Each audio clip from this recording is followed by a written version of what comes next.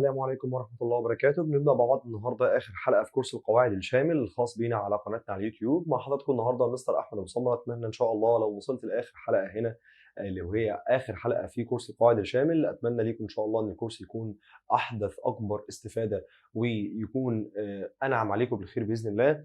وطبعا من خلال الكورس هتدرك طبعا إن جزء الجرامر أو جزء القواعد في اللغة الإنجليزية هو أسهل جزء معانا في المناهج عموما بشكل عام. والقواعد يا جماعه مش بعبع زي ما بيقولوا دايما، او القواعد مش صعبه، القواعد سهله جدا ما شاء الله، مجرد بس شويه خطوات احنا بنمشي عليها وبنحل القواعد صح باذن الله.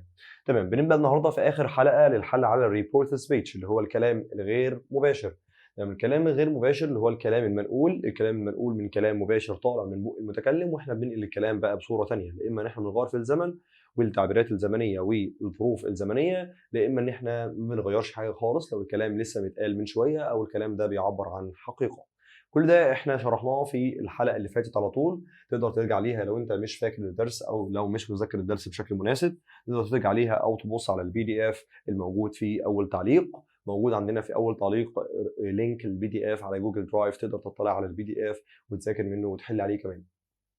تمام، معانا النهارده من صفحه 200 change the direct speech، ولا غير الدايركت speech اللي هو الكلام المباشر into report speech الى كلام غير مباشر. نبدا مع بعض بالجمله رقم واحد. بيقول لي في الجمله رقم واحد الكلام المباشر ده محطوط بين علامات تنصيص. دايما هتلاقي الكلام المباشر محطوط بين علامتي تنصيص. Please help me carry this، ساعدني في حمل هذا. طبعا she asked me، هي طلبت مني. تمام، طلبت مني to help. هي طبعا عشان الجمله هنا جمله امريه او جمله فيها instruct، المفروض بس يكون فيه هنا كوما. please help me يبقى to help، أن أساعدها. طلبت أن أساعدها فحول me إلى her، يبقى please. تمام، أو she asked me to help her، هي طلبت مني أن أساعدها. تمام، carry إن أنا أحمل، وthis برضو ظرف اسم إشارة يتحول إلى that. تمام، يتحول في الكلام المنقول إلى that، وضع full stop. طيب رقم 2 please come early، من فضلك تعالى بدري. من فضلك تعالى بدري، برضو في هنا في كوما، فانا اقول لك she asked me برضو، يعني هي طلبت مني. she asked me، هي طلبت مني. تمام، to come early ان انا اجي بدري، او to come early ان انا اجي مبكرا. تمام اهو early. اوكي، بعد كده رقم 3 could you please open the window، من فضلك ممكن تفتح الشباك، وده برضو طلب، يبقى she asked برضو me، هي طلبت مني. she asked me. تمام، to open the window، هي طلبت مني ان انا افتح الشباك، او to open the window. تمام، بعد كده رقم 4 do your homework. do your homework يعني do your homework ده طبعا سؤال ولا بالظبط ولا جمله؟ قال لي يا مستر في هنا exclamation mark، في علامه تعجب، ف do your homework اعمل واجبك. يبقى she told me، هي اخبرتني to do ان انا اعمل my homework، الواجب بتاعي my homework بالشكل ده كده. تمام، بعد كده بنكمل رقم 5، بنقول go to bed، اذهب إلى السرير. يبقى she برضو told me، هي أخبرتني. she told me، أو she instruct. ممكن مثلا أبدل الفعل يا شباب أفعال قبلك كتير، يعني ممكن مثلا نجيب الإريسر كده بالشكل ده ونمسح خالص اهوت، ونبدأ مع بعض تاني ونقول she instructed. she instructed يعني هي أمرتني، وده حرف إيه. she instructed me، هي أمرتني. تمام، to go to bed ان انا اروح انام يعني. تمام، بعد كده رقم 6 he said، هو قال I will be there by noon، ان انا هكون هناك by noon قبل الظهيرة. تمام، وده طبعا جملة عادية خالص، هنشيل منها علامات التنصيص بالشكل ده كده. يعني هنشيل منها زي ما وضحنا المرة اللي فاتت في السيشن بتاعنا او في الحلقة بتاعتنا، ان احنا عندنا في كوباية مليانة مية وفي غطا على الكوباية. الغطا ده اللي هو علامتي الايه التنصيص، فلما بنشيل الغطا ده خالص، يعني بنشيل علامات التنصيص، اصبح ان فعل القول ماضي بيخش على الجمله ويغير من زمنها. مظبوط كده، يبقى هي سيد هو قال. هنبدا نجيب نفس الجمله ونقول هي هو سيد قال، واشيل بقى علامات الايه التنصيص، وممكن احط ذات مكانها او لا. انا هحط ذات المره دي، ماشي. هي سيد ذات، هو قال. تمام، اي ابدل بقى will اخليها ايه، ها would، يبقى will تحول الى would. I would be there، انا هكون هناك. I would be there by noon قبل by noon قبل الظهيرة. تمام، بعد كده طبعا معانا الجمله رقم 7 the twins said. التوينز يا شباب اللي هم الاثنين توأم قالوا we are 5 years old. احنا الاثنين 5 سنوات. تمام. عندنا هنا طبعا دي جمله بتعبر عن حقيقه، ممكن نحولها للماضي او لا. تمام. ممكن مثلا هم كانوا قالوا وقتها ان هم عندهم 5 سنين. تمام. وممكن نحولها للماضي او اسيبها زي ما هي. الجمله دي تنفع الاثنين. ممكن مثلا اقول اهو the twins. التوينز said قالوا اهو التوينز قالوا واشيل علامات الايه التنصيص. ممكن زي ما قلت لكم احط ذات او لا، برضه هنحط ذات المره دي مش مشكله.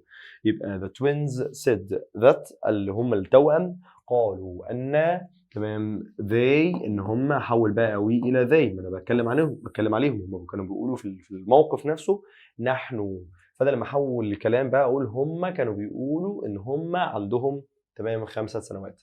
يبقى they، وممكن ابدل بقى الجمله في الماضي they was 5 years old ان هم كان عندهم 5 سنين، او اسيبها زي ما هي they are 5 years old. يعني ممكن was وممكن are على حسب الموقف نفسه، يعني مش الاثنين صح. وفي الاخر full stop. بعد كده رقم 8 the teacher. المدرس told her اخبرها you speak English very well. انت تتحدثين اللغه الانجليزيه بشكل جيد.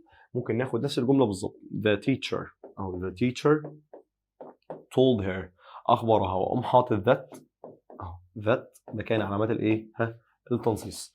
التيتشر قال لها ايه بقى the teacher told her you انت. عندنا مثلا نحول طبعا معانا told في الماضي، هي الجمله اصلا محوله. معانا هنا the teacher said. تمام. said to her، وهنا الجمله تقريبا محول نصفها the teacher told المفروض said. لا، احنا عندنا the teacher told her that أخبرها you إن she. لا، هنغير بقى you تخليها she.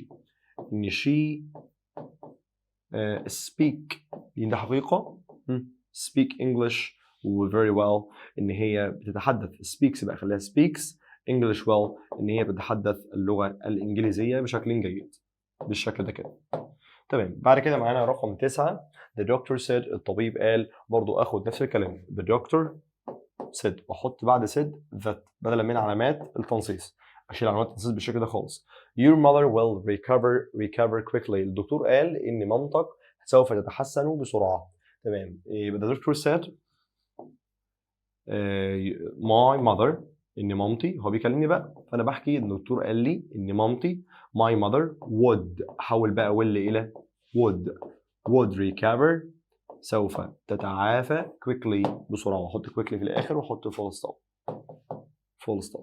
تمام. بعد كده رقم 10 my aunt عمتي او خالتي said. عمتي او خالتي قالت I'm leaving early on Friday morning. فانا راح انقل الكلام واقول my aunt said عمتي قالت، واقوم حاطط that بدلا من علامات التنصيص. وزي ما قلت لكم ممكن ما نحطهاش. that she ان هي was. احول بقى am leaving احولها من المضارع المستمر احولها للماضي المستمر. that she was leaving early ان هي هتغادر هتغادر مبكرا on Friday morning في صباح يوم الجمعة. بعد كده رقم 11 the boy said. الولد قال I've been to Australia before. يعني أنا سافرت أستراليا قبل كده. فهاخد نفس الكلام the boy said الولد قال وأشيل علامات التنصيص، وبدلا من علامات التنصيص بحط إيه that. يبقى الولد قال that he إن هو عشان هو ولد he، وأحول بقى have been to إلى زمن الماضي التام يبقى had been to يعني هو إن هو راح قبل كده استراليا، واكتب كلمة استراليا بالشكل ده كده before واحط في الاخر full stop. بعد كده رقم 12 I told the gas man. انا قلت للراجل بتاع الغاز I have already paid the bill ان انا بالفعل دفعت مثلا الفاتورة. فهنا I told the gas man that انا قلت لبتاع الغاز that ان انا I had. هبدل بقى have هنا had اللي هي have been مضارع تام، هحول زمن المضارع التام الى زمن الماضي التام واقول له I had already واجيب already زي ما هي بين الفعلين already paid برضه زي ما هي تصريف ثالث the bill ان انا دفعت الايه الفاتوره. تمام. بعد كده بننتقل مع بعض للصفحه اللي بعدها رقم 13 he promised me هو وعدني I'll send you a postcard when I get there ان هو يبعت لي بوست كارد طرد يعني تمام او ما يعني بوست كارد بطاقه بريديه when I get there لما اصل هناك. فممكن ان انا برضو احول الجمله واقول he promised me هو وعدني that واشيل طبعا علامات التنصيص واحط that مكانها او لا تمام that he ان هو تمام لما ان هو هيرسل يبقى that he would احول بقى will الى would ممكن اختصرها لابوستروفي دي تمام. المهم he would تمام send ان هو هيرسل he would send me احول بقى you الى me ما هو you هنا ضمير مفعول فلما تتحول تبقى me يبقى he would send me ان هو هيرسل لي a postcard يعني بطاقة بريدية when he أبدل برضو I إلى he when he وجيت طبعا مضارع أخليها طبعا ماضي when he got there when he got there تمام أبدل get إلى got. رقم 14 she said هي قالت I am very excited إن أنا متحمسة جدا فعندنا هنا she said وأحط بدل من علامة التنصيص إيه كلمة that يبقى she said that هي قالت that I am very excited احول بقى I واقول she was احول بقى المضارع ده الى ماضي she was very excited ان هي متحمسة جدا. بعد كده رقم 15 where is the post office اين هو مكتب البريد she asked me هي سألتني يعني قالت لي فين مكتب البريد فانا طبعا she asked me هي سألتني وده سؤال وانا بحول السؤال من المباشر لغير مباشر ان انا ببدأ بالكلمة الاستفهامية بالشكل ده كده where تمام وابدا بعد كده بقى اجيب الفاعل ثم الفعل يعني ببدل بقى الاثنين دول ببعض تمام وكم وبقيه الجمله لو في بقيه جمله يعني او بقيه السؤال يعني the post office يبقى where the post office اللي هو مكتب البريد was اجيب بقى is احولها الى was اجيب المضارع احوله لايه لماضي واختم الجمله كده was. طيب بعد كده رقم 16 why is Julie sad لماذا جولي sad يبقى she asked me هي سألتني why لماذا تمام واجيب بعد بقى الكلمه الاستفهاميه برضو زي ما قلت لك من شويه الفاعل وبعد كده الفعل المساعد وبعد كده مثلا بقيه الجمله يبقى why جولي لماذا جولي وانا بقى بحط الزمن هنا لازم ارجع الزمن لورا هو اسكت ماضي تخش على الجمله اللي هي مضارع ترجعها زمن لورا يبقى why Julie was sad لماذا جولي كانت حزينه. عند رقم 17 when is the party يعني متى هي الحفله she asked me كل دي اسئله احنا بنحولها من المباشر لغير المباشر المباشر اللي هو محطوط بين علامات ايه تنصيص يبقى she asked me هي سالتني احط هنا طبعا ايه when بالشكل ده كده when وبعد كده is the party يبقى when بعد كده بسم الله الرحمن الرحيم اجيب بقى الفاعل الاول بعد كده الفاعل المساعد يبقى when the party سالتني وقالت لي when the party او كانت عايزه تعرف يعني when the party was اللحفله كانت امتى تمام. بعد كده رقم 18 how much is the rent on the flat تمام يعني the rent اللي هو الايجار يبقى كم ثمن الايجار بتاع الشقه يبقى she asked me تمام برضه هربط هنا ب how much بتعمل بقى حرف ال H small عملته كابيتال ما ينفعش يكون كابيتال ممكن نعمله small افضل عشان ده خلاص بقى في منتصف الجمله تمام بالشكل ده كده how much واجيب بقى هنا المفروض is فاعل مساعد اجيب بقى الفعل المساعد بعد الفاعل يبقى how much تمام the rent in your flat she asked me how much the rent اهو the rent on your flat was واجيب بقى is في الاخر تبقى was. طيب بعد كده رقم 19 when does Lucy get up when does Lucy طبعا ده في المضارع البسيط يعني لوسي بتستيقظ امتى she asked me هي سألتني when وطبعا معانا هنا فعل مساعد في المضارع البسيط تمام بس الفعل المساعد اصلا ده اللي هو في المضارع البسيط ما بنستخدموش في الجمله الخبريه يعني احنا دلوقتي بنحاول نعمل جمله خبريه يبقى احنا مش هنستخدم does ابدا يبقى she asked me when متى لوسي طبعا بقى جمله خبريه هنجيب الفعل بقى بتاعي ده احوله زمن لورا يبقى got up تمام وهكذا. طيب بعد كده عندنا رقم 20 where do your parents live ثانيه واحده اتاكد بس من شيء معين كان معانا هنا في الجمل الخاصة بتحويل السؤال. اوكي طيب نيجي بعد كده نكمل الجملة رقم 20. Where do your parents live؟ يعني أبواك بيعيشوا فين؟ She asked me، هي سألتني. Where، أقوم حاطط where اللي هي الكلمة الاستفهامية عادي خالص أهوت. Where do your parents، برضه do هنا فاعل مساعد في المضارع البسيط، احنا ما بنستخدمش الفعل المساعد الموجود في المضارع البسيط، يبقى where your parents live. المفروض إن دي fact أصلا، المفروض إن دي حقيقة مثلا. بس احنا اتفقنا لما يكون في حقيقة علمية، تمام، فممكن احنا نرجع الزمن لورا عادي، يبقى she asked me where my parents، يعني فين أبواي، حولت طبعا your إلى my parents، واجيب بقى الفعل live يعيش بالشكل ده كده، احطه زمن لورا lived. ماشي بعد كده 21 why do you study English؟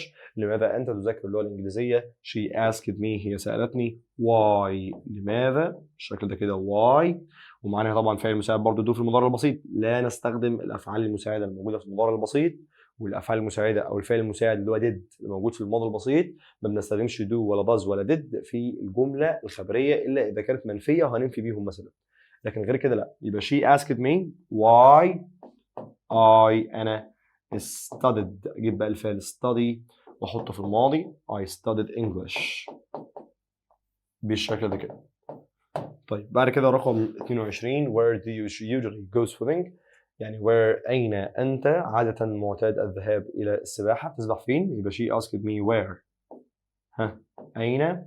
طبعا الفعل المساعد do خلاص تمام. you usually go swimming، يبقى أين I usually، أجيب طبعا usually عادي خالص بس أحطها قبل الفعل بتاعي. جو بقى أحوله لماضي يبقى went، يبقى went usually went swimming، وأجيب بقى الفعل كلمة swimming اللي هي السباحة في آخر الجملة. بعد كده معايا رقم 23 did you arrive before 7؟ هل أنت وصلت قبل السابعة؟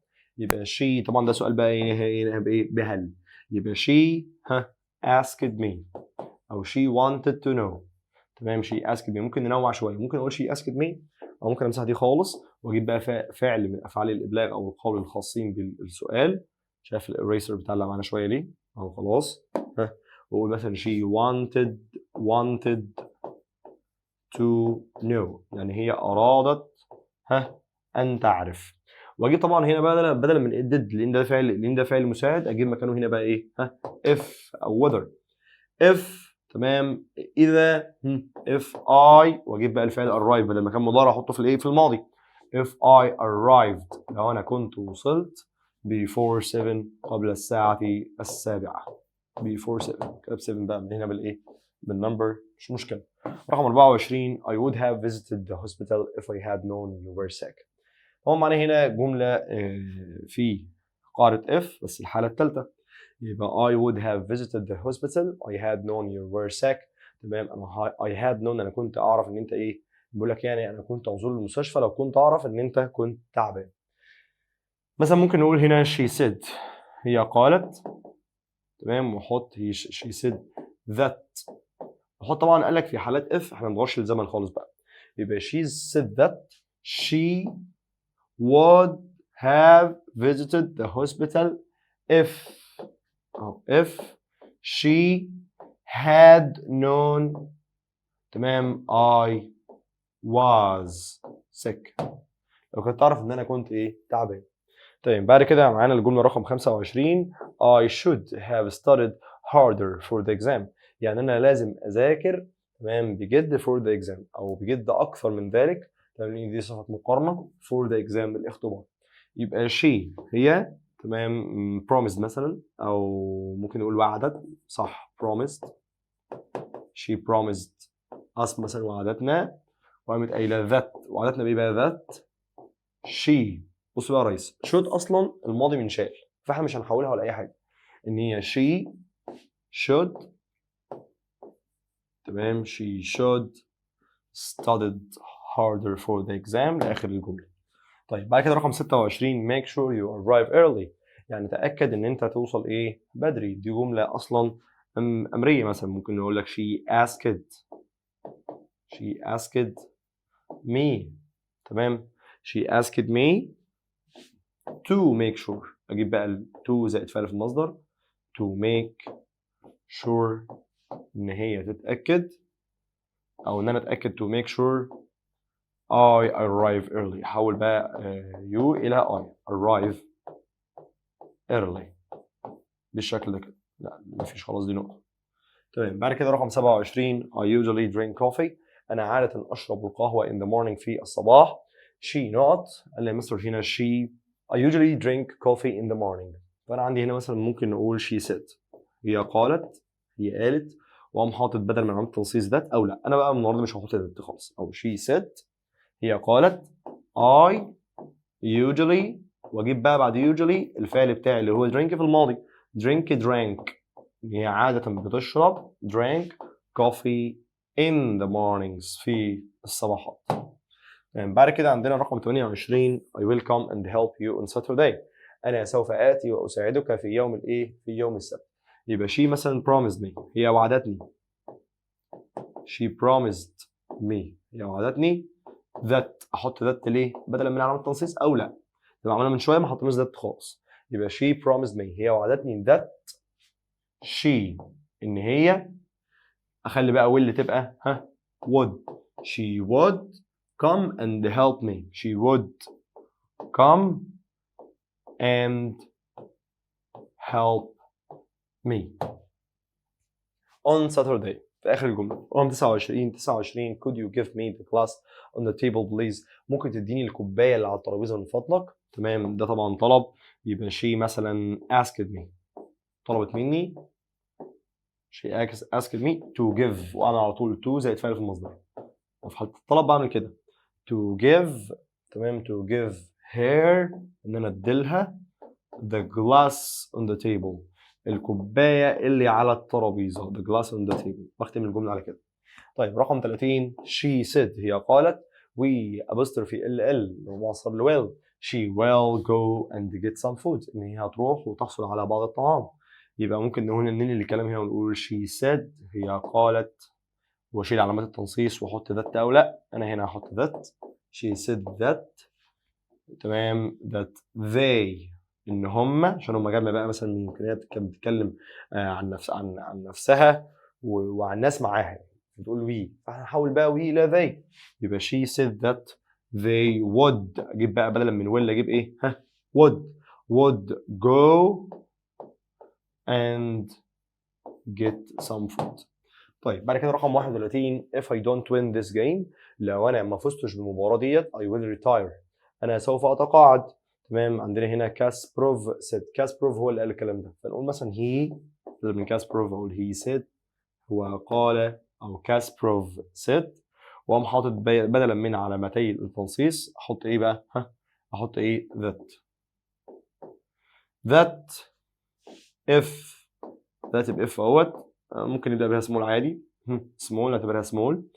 if he ممكن بقى احولها من الحاله الاولى للحاله الثانيه. تمام. if he didn't win ممكن اسمها زي ما هي يعني حالات if معظمها ما بتتحولش. تمام. فممكن نقول he said that if he doesn't win this game he will retire. تمام. واسيبها زي ما هي خلاص. تمام. يبقى افضل يعني بنقل الكلام بعدها على طول او قاعده if يعني دي حقيقه. يبقى if he doesn't هنفي بقى مع don't doesn't. if he doesn't win this game لو هو ما فازش بالمباراة ديت he would لا خلي will زي ما هي he will retire هيتقاعد.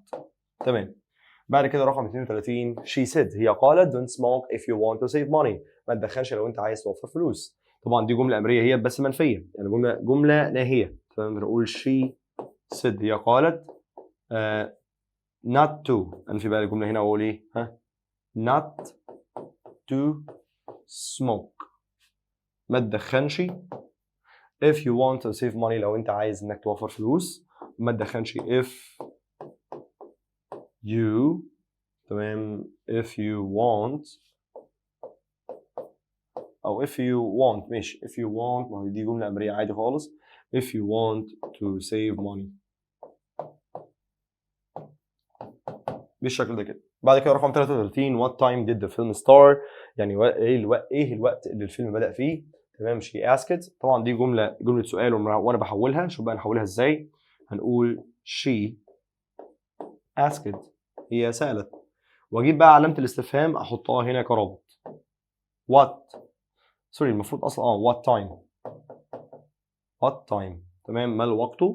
واجيب بقى بدل من هنا في did، وانا قلت لك من شويه ان did و do و does لا يستخدمون في الجمله الخبريه، يبقى did مش هنستخدمها خالص. هنقول بقى the film، واحول بقى الستارت ده بدل ما كان فعل مثلا معتبر في الماضي يعني في زمن الماضي البسيط، احوله بقى للماضي التاني. يبقى what time the film had started، ده what time the film had started. تمام. بعد كده رقم 34 the man asked علي، الراجل سأل علي how long have you known the accused. how long كم المدة have you known the accused. ماشي نقول له شوف اهوت the man asked علي، الراجل سأل علي، ناخدها زي ما هي the man asked علي، واحط بعد كده how long برضه how long، بس بدل بقى ما ابدا بهاف هنا have known لا مش هبدا بهاف. اقول بقى انا الراجل سأل علي how long have you known the accused، بنقول هنا how long how long he، احول بقى you الى he had known، احول بقى have known ديت من مضارع تام الى ماضي تام had known the accused، وفي الاخر نقطه، مش علامه استفهام. طيب بعد كده رقم 35 he asked do you often play rugby. تمام. he asked او he asked، وده سؤال بهل، والسؤال بهل اللي احنا المفروض احنا بنحوله ونحط if او whether. يبقى he asked if هو سأل if هو do you if I احول you الى I if I often يبقى often، واجيب الفعل play احوله من المضارع احوله للماضي يبقى if I often played rugby، دي لعبة rugby، وفي الآخر full stop. رقم 36 مايكل wondered why do I do this every day. تمام. مايكل هنقول له مايكل wondered تساءل. تمام. طبعا ده سؤال فالمفروض نحذف علامات التنصيص واحط بقى الكلمة الاستفهامية هنا why، واشيل بقى دو خالص لان دو من الفعل المساعد في المضارع البسيط ولا يستخدم في الجملة الخبرية. يبقى why do I do this every day، يبقى why I did this، انا بعمل ده يعني every day، حولت طبعا do الى did. تمام. this every day واحطها في الاخر full stop. تمام. بعد كده رقم 37 he asked. تمام. وصلنا معانا دلوقتي لصفحه 202، فاضل معانا بالظبط ده 1 2 3 صفحات 4 5. تمام. كويس جدا ان احنا معانا exercises اكتر على indirect speech. هو بس الحل اللي هو اللي قدام حضراتكم دلوقتي ده اللي هو الحل حل الاسئله بالشكل ده بيكون ممل شويه بعض الشيء، فانت حضرتك ممكن تسرع الفيديو بتاعنا وتخليه على 1.5 مثلا في السبيد السرعه. he asked where have you been Tom، هو بيسال او هو سال where have you been Tom، انت كنت فين يا توم. او he asked me where، احط بقى where اللي هي الكلمه الاستفهاميه where I نزلت you الى I، واحول بقى have been ديت الى had been ماضي تام had been. تمام. where I had been. بعد كده رقم 38 the teacher wanted to know، بيقول لك المدرس أراد أن يعرف who discovered America، مين اللي اكتشف أمريكا. the teacher wanted to know، وأقوم حاطط هنا who، وأجيب بقى discover بدل ما كانت في الماضي البسيط أحطها بقى في الماضي التام يبقى who had discovered. بس المفروض بقى إن المفروض الواحد يبدأ بالفاعل أولا، بس مفيش فاعل إحنا بنسأل عليه أصلا. نقول who had discovered، who had discovered ده ماضي تام، احط الفعل discover زي ما انت شايف كده في الماضي في التصريف الثالث يبقى who had discovered America، مين اللي اكتشف ايه امريكا. تمام. بعد كده عندنا رقم 39 the referee. يعني the referee اللي هو الحكم asked سأل how many players كم عدد اللاعبين do you want to substitute. the referee اللي هو الحكم اهو asked، واحط هنا how many زي ما هي how many. تمام. players how many players. تمام على بعضها لانها دي عباره عن عباره استفهاميه how many players. تمام. I wanted احول بقى الفعل wanted to substitute. معانا في substitute هنا معانا في الجمله رقم 40 he asked what would you do. if you were a celebrity. هو طبعا بيسأل أو كان عايز يعرف يعني إيه اللي أنا كنت هعمله لو كنت إيه celebrity مشهور. He asked me. طبعا معانا هنا what، أحطها هنا طبعا كلمة استفهامية، وأجيب طبعا هنا I what I وأسيب would زي ما هي what I would do if إذا I was. طبعا أخلي بقى where تبقى was if I was. تمام. وممكن if I were على فكرة if I were برضو صح في قاعدة if I were a celebrity لو أنا كنت مشهور. بعد كده الجملة رقم 21 she wondered هي تساءلت how much pay can I expect. she wondered how much، حط how much زي ما هي بس small how much pay على بعضها I could، حول بقى كان إلى could I could expect. بعد كده الجملة رقم 42 الكابتن الكابتن سأل when will we get to the coast guide. تمام. the captain asked الكابتن سأل when will we get to the coast guide. the captain asked when we أبدأ طبعا بالفاعل وبعد كده الفعل المساعد. لازم بقى الفعل المساعد أخليه إيه؟ would. يبقى when would get to the coast guide بقى مش لازم احطها، حط coast بس. طيب رقم 43 they wanted to know هم أرادوا أن يعرفوا who's that woman. مين الامرأة دي؟ يبقى she wanted to know they wanted to know هم أرادوا أن يعرفوا. أحط كلمة استفهامية who that woman. بدأت ب that woman سبت الفعل المساعد في الآخر. الفعل المساعد بقى اللي هو apostrophe s، أحط الapostrophe s في الآخر تبقى was. بعد كده الجملة رقم 44 the zookeeper asked اللي هو طبعا الشخص اللي شغال في الحديقة. تمام. asked how much food did the lions eat last week. يبقى the zookeeper asked how much بس تعمل حرف ال H هنا small how much food the lions أبدأ بقى the lions أبدأ بالفاعل وأسيب دي خالص بس مش هستخدمها تماما. يبقى the lions ate أحول بقى سوري طبعا eat أصلا كانت المفروض في زمن الماضي البسيط عشان دي الدي. تمام. يبقى انا هحول بقى هنا the lions had eaten واجيب بقى eat بالشكل ده كده يبقى had eaten last week الاسبوع الماضي. طيب رقم 45 the rock star اللي هو طبعا النجم اللي هو المشهور. ask النجم الروك دي نوع من انواع الموسيقى. would you sing the song with me. يبقى the rock star asked me سألني طبعا سؤال هنا بهل، فسؤال بهل انا بحط هنا مكانها if او كلمه اسمها whether بالشكل ده كده whether. تمام. if او whether I واجي طبعا would زي ما هي I would sing حولت طبعا you الى I وبدأت بعد كده بقى حطيت بقى الفعل المساعد if I would sing the song with him حول me الى him. طيب بعد كده رقم 46 the teacher المدرس المدرس سأل who were they traveling with yesterday. يبقى the teacher asked. تمام. طبعا هنا who كلمة استفهامية who were they traveling with yesterday. ماشي. يبقى who were they traveling with هم كانوا مسافرين مع مين. يبقى who they were traveling زي ما هي ماضي مستمر. who they were traveling with yesterday. طيب بعد كده رقم 47 the helper اللي هو المساعد asked what time أو the helper asked what time.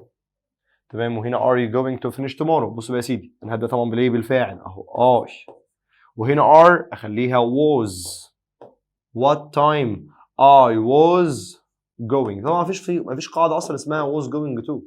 تمام. هي دايما اما was or going to بس في غير مباشر والمباشر بيبقى بالشكل ده كده. دي الحاله الوحيده اللي بيجي فيها was going to. I was going to finish tomorrow. طبعا اخليها the day after. هغير بقى كلمه tomorrow خالص اخليها the day ايه after. بعد كده رقم 48 the people الناس asked where would he go if he had money. the people الناس asked where أين معانا طبعا هنا would معانا he. أين هو would سيب would زي ما هي طبعا ملهاش تحويل.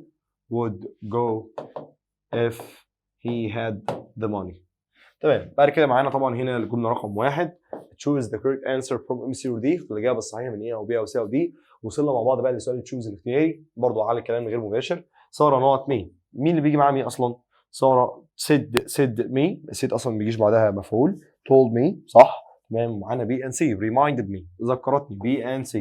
I should buy mom a present. رقم 2 مستر ايمن not that مصطفى was polite. مستر ايمن اللي قال تمام told بتحتاج مفعول وريمايند بتحتاج مفعول. تمام. فاختار said. مستر ايمن said that مصطفى was polite. رقم 3 I not علي. I not علي تمام should call his mother. ينبغي عليه ان هو يخبر مامته. وشود طبعا زي ما انت شايف كده ما تحولتش اصلا لانها الماضي من شال. يبقى I told علي. لا مش I told ما ينفعش عشان المفروض يجي بعدها مفعول. مفيش مفعول اصلا لان علي هنا مش المفعول. علي هنا فاعل الجمله الثانيه. تمام. والريمايندر برضه ما ينفعش. يبقى I said انا قلت علي should call his mother. علي لازم يكلم ايه مامته. بعد كده رقم 4 رانيا said. رانيا قالت I didn't. طبعا هنا رانيا said ممكن احط ده طبعا I didn't need to help her ان انا مش عايز ان انا اساعدها. تمام. بعد كده نهى said. نهى قالت that not was in grade 3 secondary. نهى said that. تمام. دي وجاي بعدها جمله I was. مين بقى يعوز من هنا بقى؟ I was ولا she was ولا her was. طبعا her ما تنفعش we ما تنفعش. فاضل لي I was و she was. نهى said. نهى قالت was in grade 3 secondary. ان هي يبقى نهى قالت ان هي that she was in grade 3 secondary ان هي في ثالثه ثانوي. I told أشرف. أنا أخبرت أشرف that house إن المنزل was. إن المنزل كان من منزل ملكي was mine. ملكي mine ضمير ملكية يأتي في نهاية الجملة. تمام. أو ضمير ملكية لا يأتي بعده اسم. I'd like to borrow your bike. أنا عايز أستعير منك عجلتك.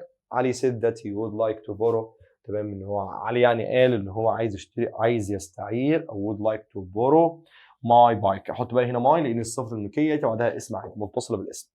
رقم 8 the red book. الكتاب الأحمر is not yours. الكتاب الأحمر مش ملكك يا سلمى.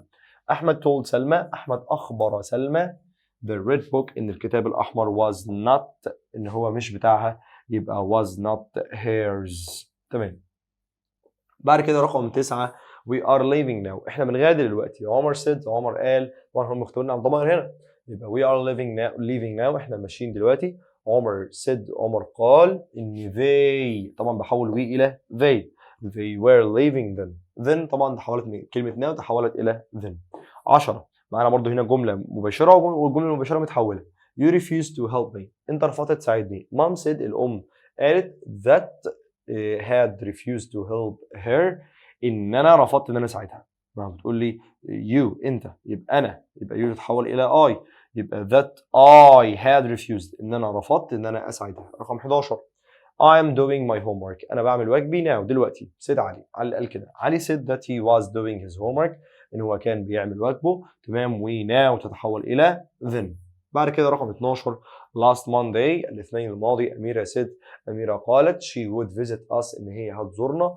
تمام. دي last Monday وأميرة قالت والجملة محولة she would visit us. تمام. ما ينفعش to night ما ينفعش to day. تمام. عندنا بقى to night و to day أو إن طبعا last Monday بيقول لك last Monday الاثنين الماضي. يبقى كان في كلمة هنا تمام بتعبر عن المستقبل أصلا. أميرة said that she would visit us. تمام. the day before the day after لأن طبعا هنا would محولة من كلمة well. فطبعا كان هنا أكيد في tomorrow فاختار إيه the day after. طيب بعد كده عندنا رقم 13 أشرف said. طبعا ده في صفحة كام؟ ده في صفحة 204. أشرف said. أشرف قال that he didn't go not very often. إن هو ما راحش هناك. وطبعا جملة محولة. يبقى طبعا نختار هنا ايه؟ there اللي هي دي. تمام. رقم 14 عمر said that. عمر قال that he didn't come ان هو ما جاش not very often. ما جاش هناك. نفس الفكرة he didn't come there very often. نفس الفكرة بالظبط there. طيب 15 رامي promised me. رامي وعدني. تمام. that he not buy me a bike the following day. the following day محولة من كلمة tomorrow صح ولا لا؟ the following day اليوم التالي. يبقى أكيد هنا كان في well في الجملة المباشر وإحنا بنحول will إلى would. طيب بعد كده رقم 16 I'm exhausted. أنا منهمك. said إيمان، يعني إيمان اللي قالت كده. إيمان بتقول that she not exhausted that she was. طبعا هي بتقول هنا في المضارع، فأنا بحول مضارع إلى ماضي، يعني برجع دايما الجملة زي ما اللي ورا. we told him هو أخبرني، تمام، أو نحن أخبرناه. we told him إحنا أخبرناه that we not after school، تمام. the day before، طبعا the day before محولة من كلمة اسمها yesterday. يبقى عندنا we told him نحن أخبرناه that he، طبعا yesterday ماضي بسيط، فلما نحول الجملة للماضي البسيط نرجعها زي ما لورا تبقى ماضي تام، فنختار had played. صح، had been played مبنية للمجهول. يبقى احنا لعبنا بعد المدرسة the day before امبارح. 18 تمام. I had lunched outdoors my father said he not lunch. هو بيقول طبعا انا تناولت الغداء بالخارج. my father said he، طبعا هنا يا جماعه بقى هنجيب الفعل had ده اللي هو اصلا تناول، اللي هو فعل اساسي، هنحطه بقى بدل ما كان في الماضي البسيط ونحطه في الماضي التاني، يبقى had ده زي التصريف تالت had. طيب رقم 19 I must leave now، انا لازم اغادر دلوقتي او امشي دلوقتي. he said that، هو قال ان he not leave then. طبعا معانا هنا كلمه then محوله من كلمه ايه now، بعد ما كان بيقول هنا must، تمام، في المفروض must تفضل زي ما هي. he said that he must leave then، must تفضل زي ما هي. طيب بعد كده رقم 20 I must leave tomorrow، انا يجب ان اغادر غدا، تمام. فعندنا he said that he not the following day، مع ان the following day تحولت ايه من tomorrow، بس انا هسيب برضه must زي ما هي. بعد كده رقم 21 I must leave now he said that he not leave now. must برضه نفس الجمله اتكررت معانا. عمر said a moment ago، يعني عمر قال منذ دقيقه، تمام، لسه قايل، يعني ده حاجه لسه متقاله دلوقتي. that he will see the dentist، تمام، طبعا لسه حالا دلوقتي متقاله، فاصبح ان ده ما اتغيرش، اللي هو واللي ما اتغيرتش، فبالتالي كمان الظرف بتاعنا، ظرف الزمان بتاعنا ما يتغيرش tomorrow. 23 احمد that he had stolen my biscuits but I'm sure he did it. احمد يا شباب he had stolen ان هو سرق my biscuits but I'm sure he did it، ولكن انا متاكد ان هو رفض او انكر ان هو سرق طبعا ايه البسكوت بتاعي، لكن انا متاكد ان هو عمل كده. 24 it's time انه الوقت we went home، انه الوقت اللي احنا بنروح فيه الايه المنزل. he said it was time، هو قال it was time انه كان الوقت. they not home يبقى they، طبعا هي it's time. بصوا يا شباب it's time جه بعدها جمله في الماضي الايه البسيط، فالجمله هنا ما بتتغيرش بعد it's time. he said it was، يعني is دي بس اللي بتتغير. it was time they، واحط بعد they نفس الفكره they went home، اسيبها ماضي بسيط زي ما هي. طيب بعد كده رقم 25 as a child كطفل I used to like cartoons، انا اعتدت ان انا احب الكرتون. he said that he، تمام، هنسيب used to زي ما هي used to like cartoons as a child. 26 lions eat meat، دي حقيقة ان الاسود بتاكل الايه اللحم. she said that lions eat برضه نفس الفكرة eat مضارع، دي حقيقة ما بتتغيرش. بعد كده كايرو is the largest city، يعني القاهرة هي أكبر دولة أو أكبر مدينة تمام من أفريقيا في أفريقيا. he said that كايرو، هو قال أن القاهرة، تمام is برضه نفس الفكرة ان دي حقيقة. 28 I will call you tomorrow، أنا هكلمك بكرة 10 minutes ago، منذ 10 دقائق. I told سامي that، أنا أمرت سامي إن أنا I not him tomorrow، إن أنا هكلمه بكرة، تمام. طبعا دي بيقول لك منذ 10 دقائق، منذ 10 دقائق بالظبط إن أنا هكلمه، يبقى لسه زي ما إحنا will call، حتى tomorrow ما اتحولتش. طيب بعد كده رقم 29 إسراء says، إسراء تقول she not tired will you let her go home، هل أنت سوف تدعاها تذهب للمنزل؟ طبعا إسراء says she not، وطبعا بقول له well هل أنت سوف تدعاها تمام go home، فأصبح إن هي متعبة وهي لسه قايلة الموقف حالا، حتى فعل القول أصلا مضارع، ولما فعل القول يكون مضارع ما بنحولش الجملة، ما بنحولش زمن الجملة. 30 أمير said، أمير قال من that he not us the following Friday. the following Friday جاية محولة من كلمة next، next تحول إلى the following Friday، يعني الجملة كانت أصلا مستقبل والمفروض إحنا المستقبل مثلا will، فالمفروض will تتحول إلى would، ما فيش هنا would أصلا في الاختيارات. طيب is going to visit، أمير said that he is going to visit us the following Friday اللي هي الجمعة التالية. is going ما تنفعش، was visited ما تنفعش، had visited ما تنفعش.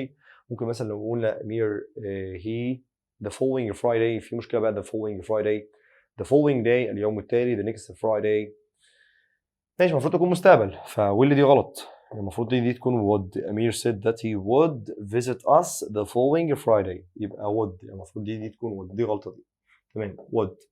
تمام بعد كده رقم 31 she informed me. هي أبلغتني that my friend فارس إن صديقي فارس a triple accident while he was driving to work. إن صديقي فارس طبعا عمل حادثة. تمام ده في الماضي. تمام بينما كان ذاهبا للعمل. يبقى had المفروض معانا هنا has had. لا مش عايز had. دي قاعدة while المفروض كانت ماضي بسيط إن هو عمل حادثة. had المفروض دي تكون had. دي غلطة. لو كانت had ماضي تاني. had. تمام بعد كده رقم 32 معلش في بعض الغلطات في اخر البي دي اف بالشكل ده. I told her انا اخبرتها that she not a bad mistake and that she should be cautious ان هي لازم تكون حريصه. انا اخبرتها that she not a bad mistake and she should be cautious ان هي عملت بعض الاخطاء. يبقى she had made. تمام had made في اتنين had made اصلا بعض الاخطاء بس سوري في اخر الملف بالشكل ده في اتنين had made. طيب رقم 33 احمد not he was ready for the interview. احمد طبعا he was ان هو كان جاهزا للانترفيو. يبقى احمد ابلغني في told وفي informed. تمام طبعا told بتحتاج ايه مفعول ما ينفعش. طب احمد said he was ready for the interview. تمام بس هو wondered برضه ما تنفعش. ان هو جاء ابلغني informed ابلغني he was ready for the interview اصح بدلا من said. طارق complained طارق شكى that the service ان الخدمه at that hotel في الفندق تمام كانت سيئه. فطبعا كانت سيئه ديت هو بيقول لي مثلا في الماضي ممكن complained ممكن اخليها was بدل ما كانت is اخليها was bad كانت سيئه. طيب بعد كده رقم 35 علي told me علي اخبرني that he not his lessons at that moment. علي اخبرني that he ماشي عندنا his lesson at that moment محوله من this moment. at that moment محولة يعني كانت مضارع مستمر وهنحولها بقى ماضي مستمر يبقى was revising. تمام he was revising his lesson. بعد كده رقم 36 في صفحة 206 فاضل معانا 206 و207 آخر صفحتين. تمام 206 نبدأ مع بعض 206 هنا. رقم 36 the social studies اللي هي الدراسات الاجتماعية أو مدرس الدراسات الاجتماعية told us أخبرنا that Russian إن روسيا اللي هي روسيا يعني they're not world's largest country by land mass. The social studies teacher told that Russian. تمام طبعا دي حقيقة فضل زي ما هي is. Yesterday apostrophe s newspaper يعني جريدة الأمس said that he not a 3-year contract. تمام إن في طبعا عقد لمدة 3 سنوات يعني إن في عقد وإن هو وقع عقدا. تمام yesterday's newspaper اللي هي جريدة الأمس جريدة امبارح. تمام قالت ان هو وقع عقد. تمام فعندنا طبعا وقع دي في الماضي فالمفروض بقى احنا نحطها في الماضي التاني had signed. 38 he said that هو قال it was raining انها كانت تمطر. تمام كانت تمطر مثلا ممكن نقول ان هو قال it's raining now فناو تتحول الى then ما اختارش بقى now. طبعا دي بقت ايه بقت ماضي مستمر مع ان then ما بتدلش على ماضي مستمر بس الجمله كان اصلها مضارع مستمر. فاحنا لما بنحول المضارع المستمر بنحوله ماضي مستمر. فالمضارع المستمر كان في كلمه ناو فحولنا كلمه ناو الى then بس. 39 داليا not me that she needs my help. داليا تمام اخبرتني يبقى told me that she needs my help. رقم 40 my parents ابواي promised me. ابواي وعدوني that they not me a laptop if I succeeded. يبقى ابواي وعدوني that they promised me that they بدلا من well مفيش هنا طبعا well ما ينفعش المفروض well تحول مثلا الى would مفيش would. تمام بس الجمله هنا فيها ماضي ماضي بسيط. تمام كده ماضي بسيط فاصبح ان دي حاله ثانيه فالمفروض ما فيش اصلا will في الحاله الثانيه المفروض في would او might يبقى might buy وmight buy تفضل زي ما هي. طيب رقم 41 he said that be able to sleep until he had finished the story ان هو لم يستطيع النوم لحد ما هو خلص الستوري القصه. طبعا ده كان هنا كان المفروض هنا قبل until ماضي بسيط منفي. he said that هو قال انه ماضي بسيط منفي فالمفروض wouldn't ما ينفعش hasn't برضه ما ينفعش won't ممكن بقى نسيبها didn't هنا عشان الرابط. said that المفروض في ناقص فاعل اصلا. تمام وبي هنا بي فعل في مصدر فمش هينفع didn't. تمام بس didn't تبقى فعل في مصدر didn't be able to بس مش تبقى بالشكل ده كده احنا بننفي بي نفسها. تمام واصبح كمان ان hasn't ما تنفعش. فاضل معايا wouldn't و won't. شوف بقى نحولها لايه. تمام يعني لو كان اصل الجمله مثلا will be able to sleep until he had finished the story يبقى هو ما نمشي مش هنخلي بقى won't نخليها wouldn't. يبقى he said that wouldn't be able to ان هو مش هيقدر ينام يعني هو مش هيقدر ينام. تمام لحد ما هو يخلص الايه القصه. 42 he wondered هو يتساءل how many goals كم عدد الاهداف they had scored اللي هم سجلوها تمام that week this تحول الى that. 43 the air hostess تمام اللي هو مضيف الطيران asked if he could fasten not seat belts تمام asked طلب if he could fasten تمام طبعا our seat belts تمام. 44 he said that the lesson هو قال ان الدرس usually عادة at 9:30 تمام ان الدرس عادة يعني المفروض ان هو بدأ الساعة 9:30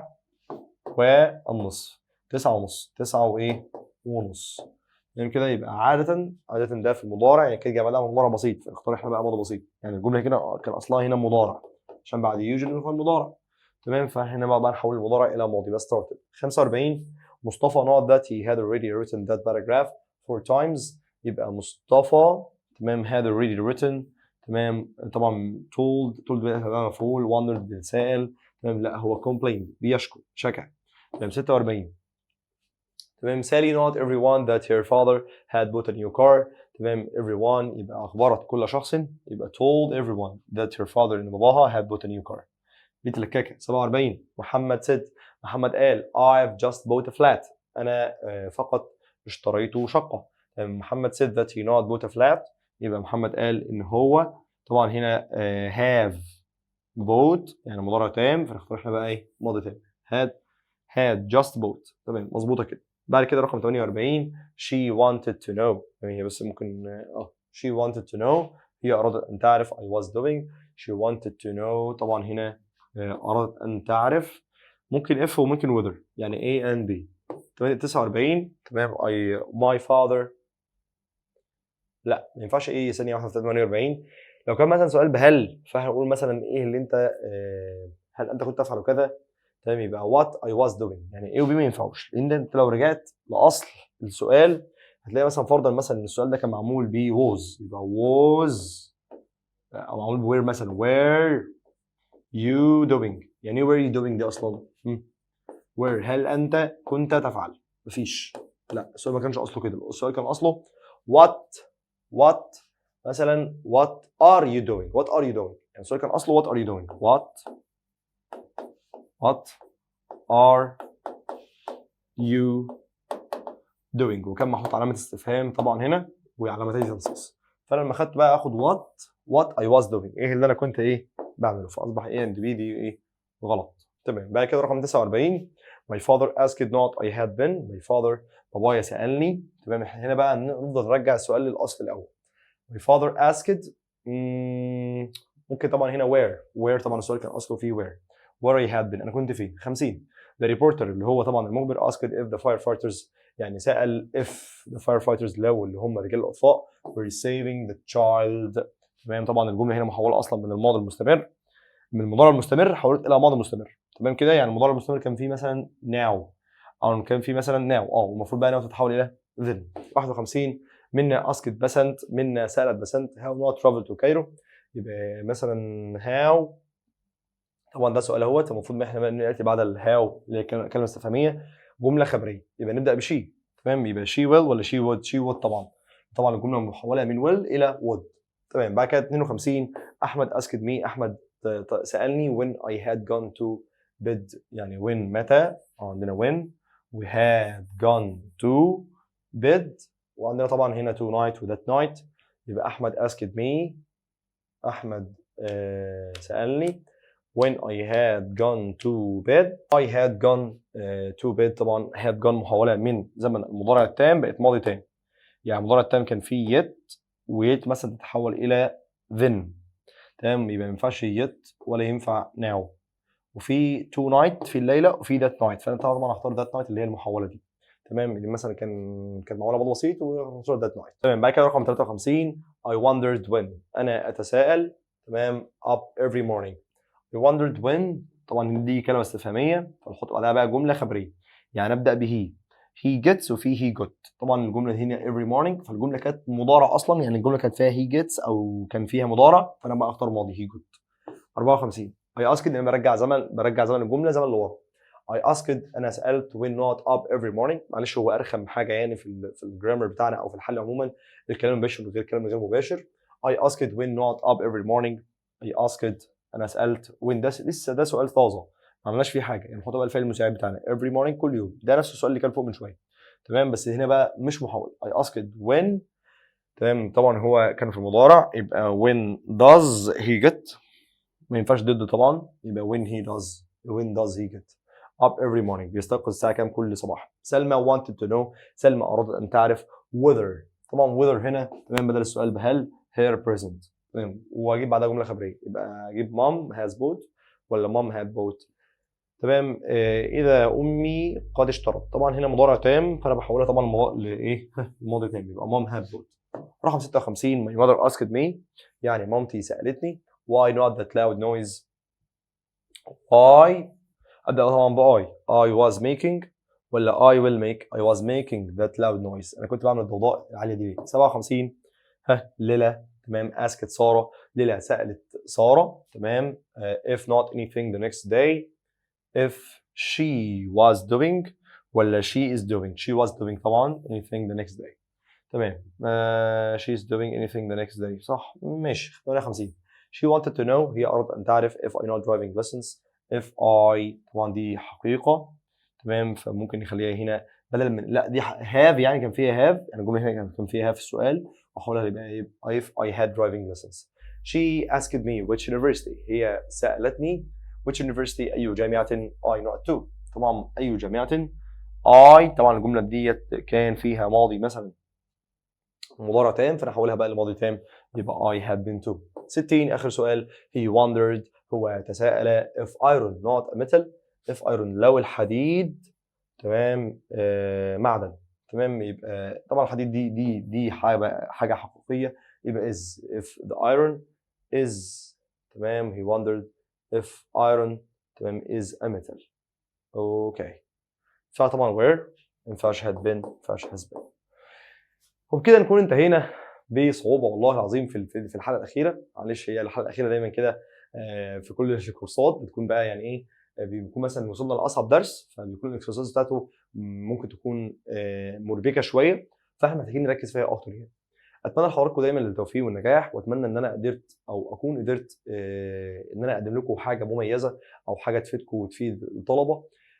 بس لازم كل الناس طبعا تدعي لي دايما بالصحه والعافيه باذن الله ونقدر ان احنا نكمل معاكم كورسات اكتر. واتمنى من حضراتكم طبعا ان انتم تتفاعلوا مع القناه بتاعتنا بسبسكرايب ولايك وتدعمونا في الكومنتات عشان نقدر ان شاء الله في المستقبل القريب ان احنا نقدم كورسات اكتر واكتر.